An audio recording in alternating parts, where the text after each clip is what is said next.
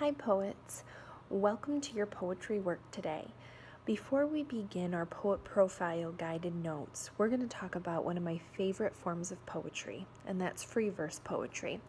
So in your anthology, I would like you guys to turn to the poet profile guided notes page, and at the bottom of that page you are going to see a section that says free verse definition. And you're going to take some notes on free verse poetry right there so we can learn together all about free verse poetry. Now, like I said, free verse is one of my favorite types of poetry because guess what? There are no rules. In free verse poetry, there are no rules. There's no specific rhyming pattern, syllable count, metric pattern, line arrangement, or theme.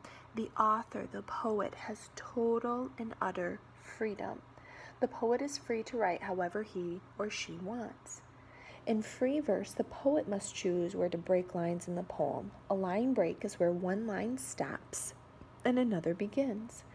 A poet may break a line at the end of a complete thought, or he or she might divide a thought onto different lines. I'm going to share with you two examples of free verse poetry. One is a little bit silly and one is a little more serious. Remember, whatever you decide, you can write about in free verse poetry. That's the power of free verse poetry. The first poem we're going to talk about is called Gym Class. This is written by a middle school student. The locker room smells nasty and my gym shoes smell like feet. My socks smell like they're made of cheese or spoiled rotten meat. The toilets are all backed up and the floors are soaking wet. The stench around the benches is from everybody's sweat. The shower stalls are moldy and the uniforms are stiff. The air reeks of deodorant. I dare you to take a whiff. I'm not the smartest person, but I know this much is true. Instead of calling it PE, it should be called PU. What I love about that form of poetry, that particular poem in free verse poetry, is that the poet was clearly talking about something that was frustrating him or something that he didn't like, and he was able to put his creative spin to that. He chose where the line breaks were going to go. He chose to rhyme. Some people choose to not. That was a little bit of a silly example of free verse poetry, and this is another one written by one of my former students. This is another example of free verse poetry, but it is not silly.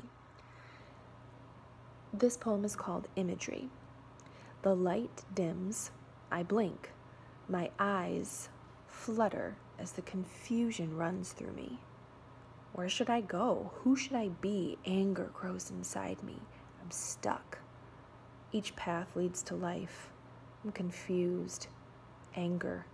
Emotions run through me. I'm ready for life. Life is ready for me. What I love about that example of free verse poetry is you can kind of get an insight into the poet's mind and what this person is thinking through and struggling with and confused about. Free verse poetry has the power to unlock what's going on in your mind. So I want you to take some time today, 5 minutes, and just write.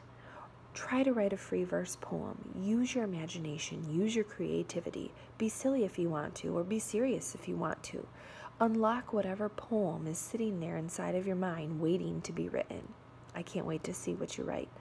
Share with me through email or through the VOs what you come up with today. Remember, poetry has no rules in free verse poetry. So you can't do this wrong. You just got to try. Have fun.